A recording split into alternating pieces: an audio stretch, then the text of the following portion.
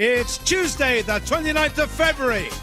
Liam says, I'll split Robbie's nose. Is he that desperate for coke? International hate figure quits. Is this man next? Branson bids for lottery.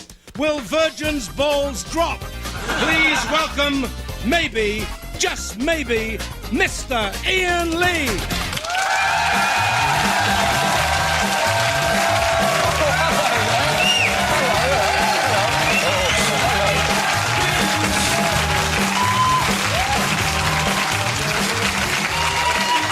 Mime and body popping. Hello and welcome to the 11 o'clock show. Who wants to be a millionaire? Well, there's fat chance of doing it with the national lottery. With odds of 14 million to 1, it's not so much it could be you, more we've got your pound now, sod off! 14 million to 1, it's as likely as me being sucked off by H from Steps. For a second time. And Richard Branson's now in the race. He's got experience of running a lottery. 13, 25, 43. Just how many minutes late is this Virgin train going to be, ladies and gentlemen? I don't know if you got what I just did there. Doesn't matter. Even if he doesn't win, the lottery will continue to change people's lives, like the wrinkly old Glaswegian single mum whose life was turned around one Saturday when she was asked to present Red Alert. It's Lulu, come on! Keep with me. Red Alert, why are all the lottery shows so terrible? I've got a brilliant idea for the BBC. Make the show a minute long and call it something catchy like, here's the numbers, now fuck off back to blind date. But enough of this lotto la-la. Ladies and gentlemen, Miss Daisy Donovan.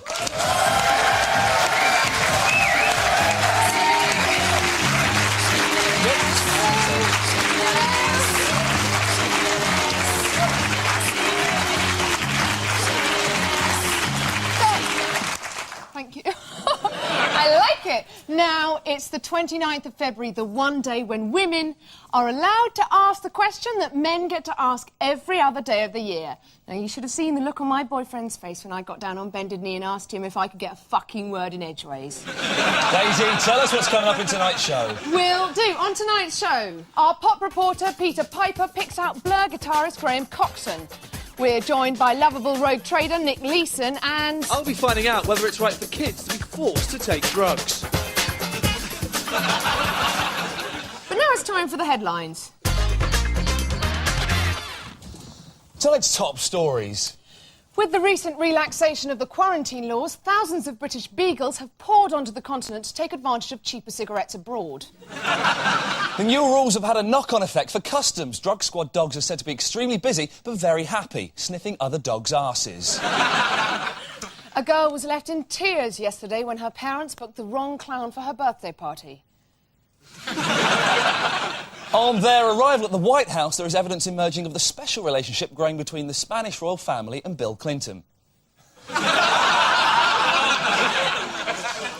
On his tour of the Middle East, the Pope despairs as the head of the Egyptian church tells the one about the nun and the habit. Especially for youth that I ordained a bishop. The big talk in Westminster this week is Ken Livingstone. Will he or won't he? Well, the answer is no. He absolutely refuses. But will he run for London Mayor? Who knows? But to give Londoners a chance to decide whether Ken's the right man for the job, we've prepared this special in-depth profile. Contrary to popular belief, Ken Livingstone didn't always have a moustache. In June 1945, he was a newborn baby, and his middle name was Robert. The infant Ken instantly knew what London needed. Better public transport, improved housing and equal rights for amputees, jesters and dead people. 1969 and Livingstone had it all. 4 O-levels, membership of the Labour Party and a miniature snooker table. Ken's big break came in 1981 when he was made leader of the GLC. There he dressed like Jarvis Cocker. The press dubbed him as a loony, but to some he was a modern-day Robin Hood, taking from the rich to give to the bearded lesbians. After lots of ups and downs, Thatcher got annoyed and no one could save the GLC. Even Blair couldn't help. The GLC's in trouble. With support like that, no wonder Ken's brimming with confidence. Red Ken Livingstone, the man for London. Oh, thank you, thank you.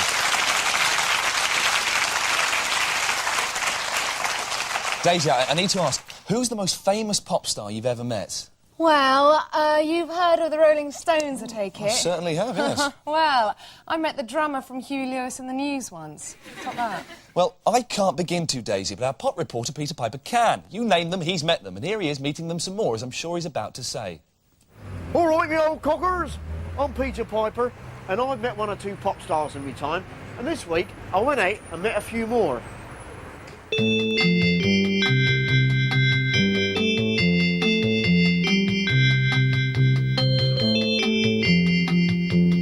Who are you? I'm Alex out of Blur. I play the bass. Tell the viewers your name.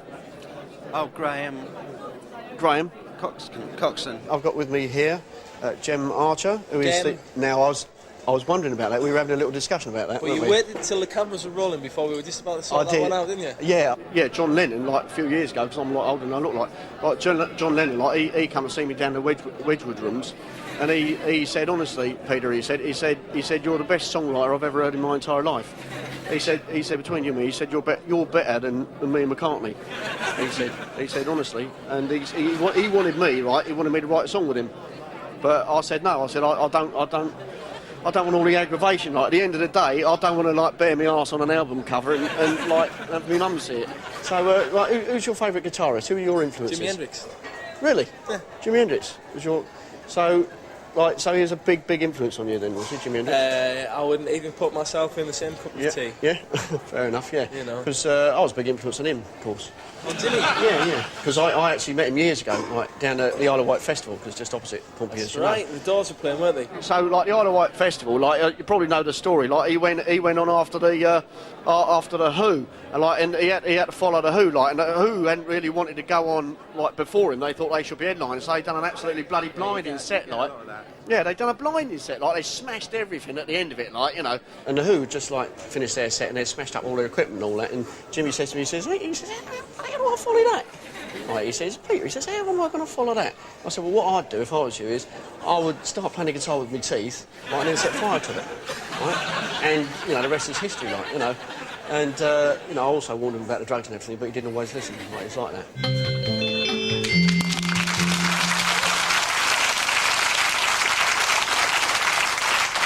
Forget Thailand or Vietnam. This year's trendiest holiday destination is set to be Ulster. The Northern Ireland Tourist Board plans to use the region's troubled history to encourage visitors. They've even brought out this, the very rough guide to Ulster, full of useful tips for making the most of your stay. So let's take a look. Before you go, prior to setting off on your Northern Ireland holiday, make sure you're well prepared and pack some sun protection. Accommodation. There's a range of places to stay in Ulster. With the Maze prison almost empty, those on a budget can snap up cheap self-catering rooms in H Block. Even more of a bargain when you hunger strike. But be warned, amenities are basic, and some holidaymakers have described the decor as depressing. Activities. White knuckle tourism is big business. Australia has bungee jumping and Africa has safaris. Northern Ireland offers many attractions for the thrill seeker, including checkpoint jumping, bomb disposal holidays and the world's most nail-biting games of Pass the Parcel. Weather. Northern Ireland doesn't have a rainy or dry season, but there is a marching season, during which you can expect a heavy downpour of rocks and petrol bombs. So take a hat, but not a bowler. So to recap, we travelled to Northern Ireland with Stormont Travel, and our 2-week stay in a self-catering RUC safe house cost £400 for a family of 4. Remember to notify your next of kin before travelling, and on the return flight, for God's sake, pack your own luggage.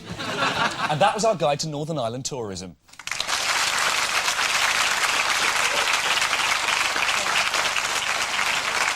A recent report has shown that every year thousands of unruly children are prescribed mood-altering drugs to control their behaviour. It seems doctors are pumping our kids full of so much medicine, the average school band contains more drugs than Primal Scream and Steps put together. And they probably sound better too. But is this really a bad thing? Here's my report. Controversial new government guidelines will give doctors the right to treat badly behaved and hyperactive children by drugging them against their will. But will this lead to a society of well-behaved and orderly kids, or a whole generation of monged-out stoners desperate for biscuits? I've come here to London to find out. About this story in the newspapers today, that badly behaved children will be forced to take mind-control drugs to help them behave. There's no such thing as badly behaved children. Lazy fat kids who get bullied will be given steroids so they'll be good at running.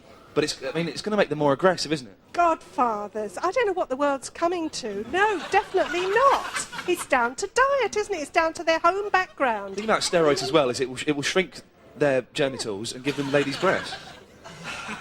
Honestly, I tell you, what's the world coming to? For the naughty kids, detention will involve taking really strong acid, so they're, quite out of it, while their teacher wears a scary mask. Surely these bullies need to be taught a lesson, don't they? Certainly do. You think that will learn them? Yes, I do. Studies have shown that by the age of 4, 80% of kids have smoked dope. And get this, by the age of 8, all of them, 100%, will have gone cold turkey at least 4 times. How do you feel about that?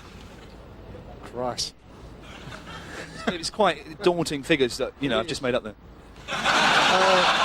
Well, I don't know what to say. I mean, at the age of 4, I was... You were getting caned, and so are these kids, but in different ways. Yes. The Association of School Tuck Shops welcomes the idea of introducing more drugs into school because it will create lots of extra jobs to cope with the munchy demands of stone kids. That has got to be good for free enterprise, hasn't it? Do away with tuck shops, or else just sell them fruit and nuts. In some schools, the common room has been turned into what they call a chill-out room. It's got dolphin noises, crazy projections, and a small bloke playing drums in the corner. How do you feel about your tax money financing this? I should think the money should have been spent in the first place to prevent it without getting to the stage of where you've got to chill somebody out. Yeah. So there we have it. While the issue of whether we should give drugs to naughty kids is unclear, I've decided the only way to find out is to try them myself. This has been Iain Lee, the 11 o'clock show, London. Psychedelic, man. Easy. Still to come in part 2, there's more. We meet the man who broke the bank, Nick Gleeson. But first, Ricky Gervais continues his series of insights into historical landmarks of the 20th century. Tonight, the Great War.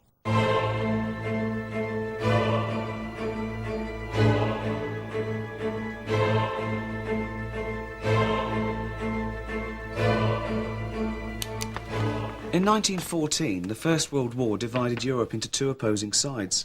The Central Powers, Germany, Turkey and Austro-Hungary, and the Allies, Britain and her empire, France and Russia. Oh, and from 1917, America.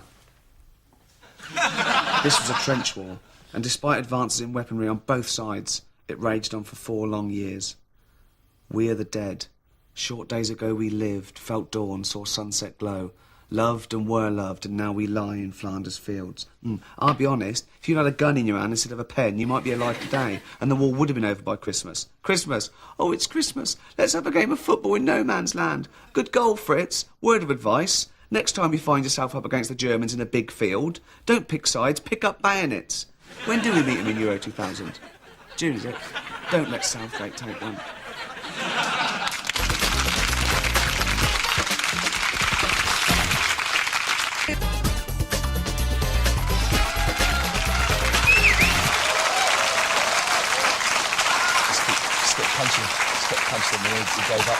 Welcome back to the 11 o'clock show. Still to come, Paul Garner reports on pet passports. But first, tonight's top stories. Gordon Brown to give unemployed £400 each. They're laughing all the way to Pound Stretcher. Liam to break Robbie's nose, if he can find it on his big fat face.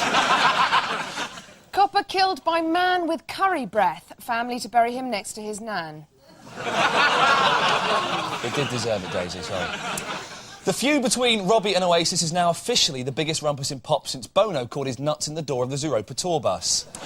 But why are they constantly at each other's throats? Maybe Oasis and Robbie are just too alike. They're all working-class lads made good. The media hangs on their every word, and every night, while Robbie's getting stuck into a pasty, Liam's getting stuck into a patsy. But we say it's time this monkey business stopped. So, Robbie, if you're watching, Liam's threat seems serious. If you should find yourself crossing his path, here's our do's and don'ts on how to handle him. Robbie, if you bump into Liam whilst queuing in the pie shop, do... Wipe the slate clean. Don't. Wipe gravy from your chubby chin and moon him with your gigantic pie-filled arse. If Oasis are playing in town, do. Go along and enjoy the gig in an attempt to patch things up. Don't. Stand outside with a whip and a top hat shouting, roll up, come see the amazing musical Monkey Brothers. If Liam calls you in a rage and says he wants to meet you, do... Take along your hardest bodyguard. Don't... Take Mark Owen. He's a simpering, limp-wristed, mincing spoon. If he tells you to bring a tool, do. Take a baseball bat. Don't. Take Mark Owen. He is a tool, but he's still a simpering, limp-wristed, mincing spoon. And finally, Robbie, if you are forced to fight Liam, do. Hit him. Don't. Eat him. He's not a pie. And they were our do's and don'ts for avoiding pop carnage.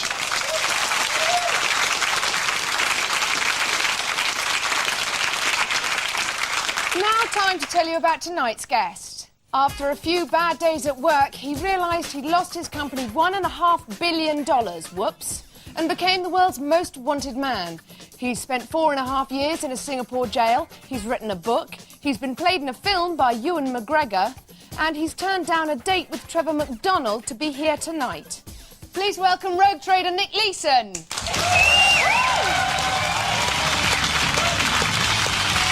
Hi, Nick, pleased to meet you.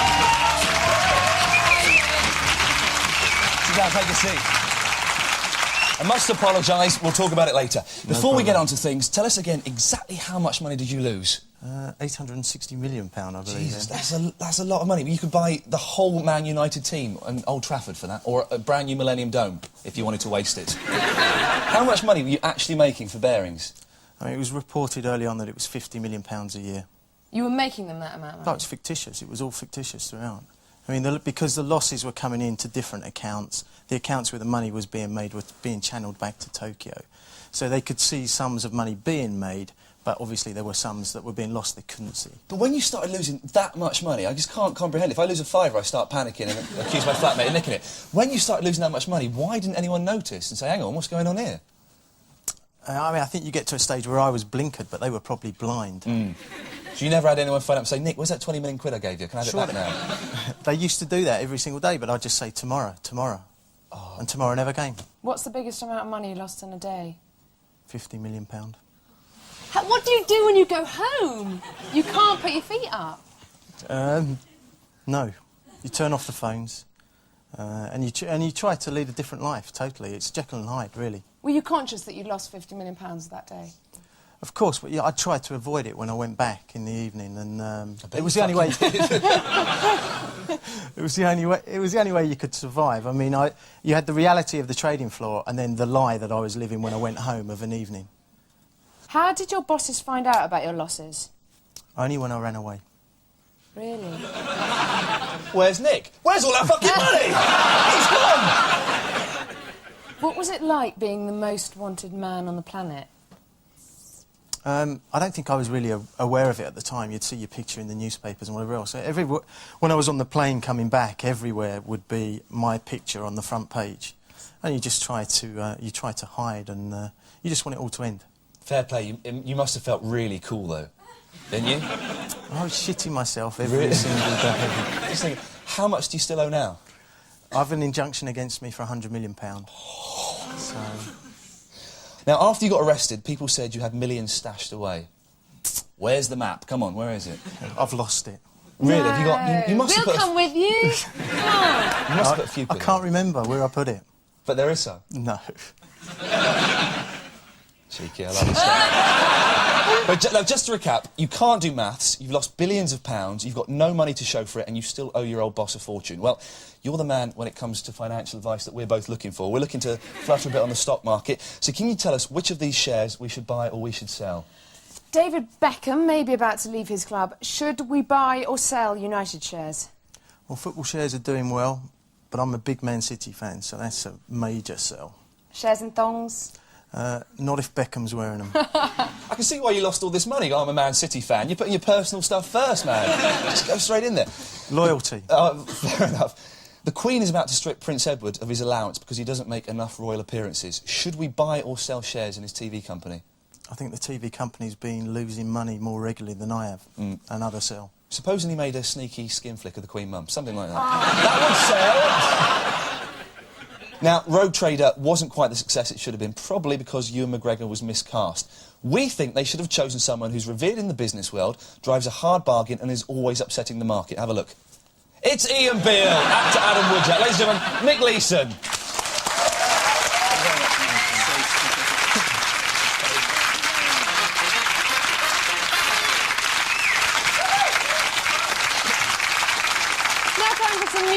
Just in. Following the release of their new album, Oasis have again been criticised for sounding like the Beatles. Noel fumed, "I am the writer, I am the musician, I am the walrus, goo goo goo Jew." A shop for left-handed people has closed down after serving just 3 customers in 5 weeks. The owner is planning to reopen the shop on the other side of the road. More than 150,000 people are expected to line the route of Sir Stanley Matthews' funeral. In a mark of respect to the footballing legend, as the coffin reaches the church doors, the entire crowd will pull back and claim he's offside. A school mistress is set to have a sex change operation. Several delighted pupils have offered to bring in an Adam's apple for teacher. BBC bosses worry that the constant travelling is taking its toll on the round-the-world globetrotter Michael Palin. And that was the news just in.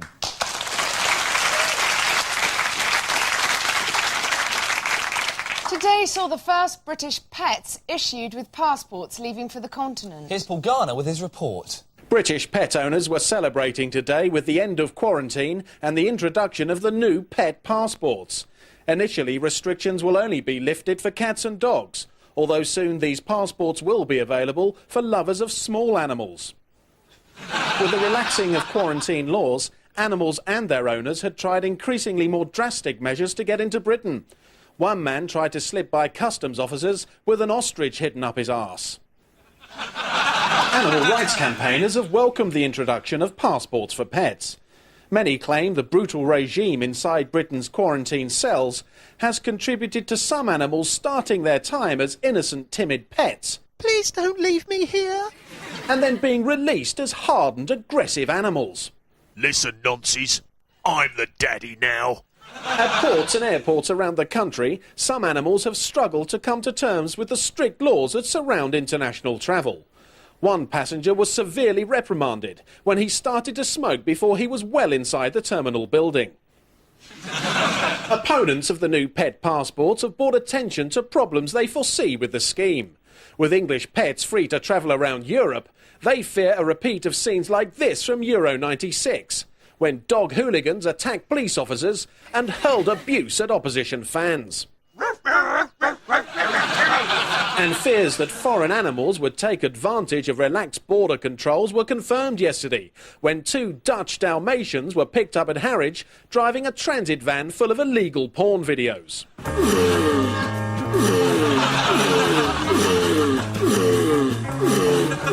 This is Paul Garner, the 11 o'clock show in Dover.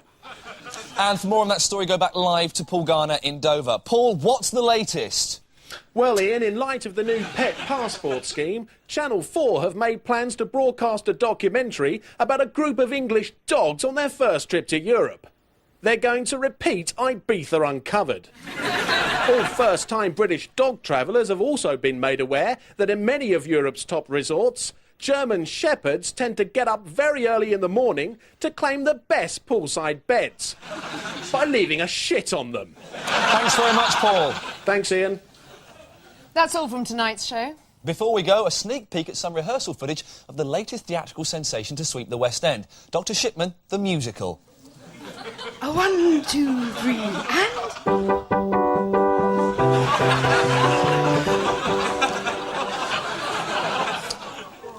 And finally, while you snuggle up in your warm beds, please take some time to heed this important charity appeal. Good night. Good night. Hello. Hear that? It's your granddad. He's been locked in a cupboard. No blankets, no pillow, sleeping in a puddle of his own piss in a council house with mould in the Midlands. Sick, isn't it?